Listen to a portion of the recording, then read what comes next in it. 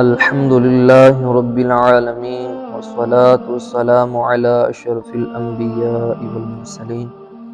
أما بعد فأعوذ بالله من الشيطان اللعين الرجيم بسم الله الرحمن الرحيم خيركم من تعلم القرآن وعلمه تم میں سے بہترین شخص وہ ہے جو قرآن سیکھے اور دوسروں کو سکھائے۔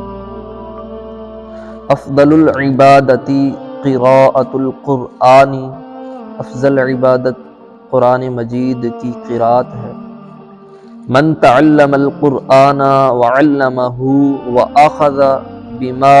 فیہ کان لہ شفیعا ودلیلا الی الجنۃ، جو قرآن مجید کی تعلیم سیکھے اور دوسروں کو سکھائے اور جو کچھ قرآن مجید میں ہے اس پر عمل کرے، قرآن شریف بروز قیامت اس کی شفاعت کرے گا اور اسے جنت میں لے کے جائے گا۔ سبحان اللہ، کیا ہی شان ہے قرآن مجید کو سیکھنے اور سکھانے کی۔ ایک واقعہ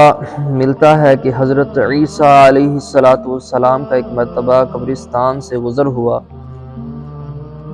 تو ایک قبر والے پر رب کا عذاب نازل ہو رہا تھا۔ آپ ادھر سے تشریف لے گئے، کچھ دیر کے بعد جب واپس لوٹے تو اسی قبر والے پر رب کی رحمت نازل ہو رہی۔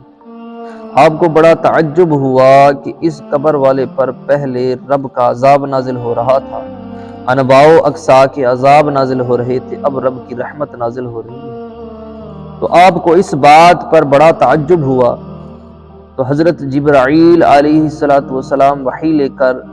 حاضر ہوئے اور عرض کی، اے عیسیٰ علیہ السلام، یہ جو بندہ جس پر پہلے رب کا عذاب نازل ہو رہا تھا اب رب کی رحمت نازل ہو رہی ہے، یہ جب بندہ دنیا میں تھا تو رب کا بڑا نافرمان تھا، اس نے اپنی ساری زندگی رب کی نافرمانیوں میں گزاری، لیکن جب یہ بیمار تھا مرنے سے پہلے بیماری کی حالت میں اس نے اپنی بیوی کو نصیحت کی۔ اس وقت اس کی بیوی دنیا میں جب یہ تھا تو اس وقت اس کی بیوی حاملہ تھی۔ اس نے اپنی بیوی کو نصیحت کی کہ جب میرا بچہ پیدا ہو جائے، بڑا ہو جائے اور بولنے کے لائق ہو جائے تو اسے قاری صاحب کے پاس لے جانا اور قرآن کی تعلیم دلوانا۔ اس کا بچہ جب پیدا ہوا، بولنے کے لائق ہو گیا تو اس بچے کی ماں اس بچے کو قاری صاحب کے پاس لے گئی۔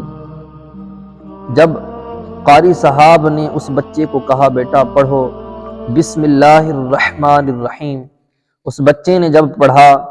بسم اللہ الرحمن الرحیم، خدا کی قسم رب کی عزت نے یہ گوارا نہ کیا کہ جس کا بچہ زمین پر رہ کر مجھے رحمان اور رحیم پکارے میں اس کے باپ کو عذاب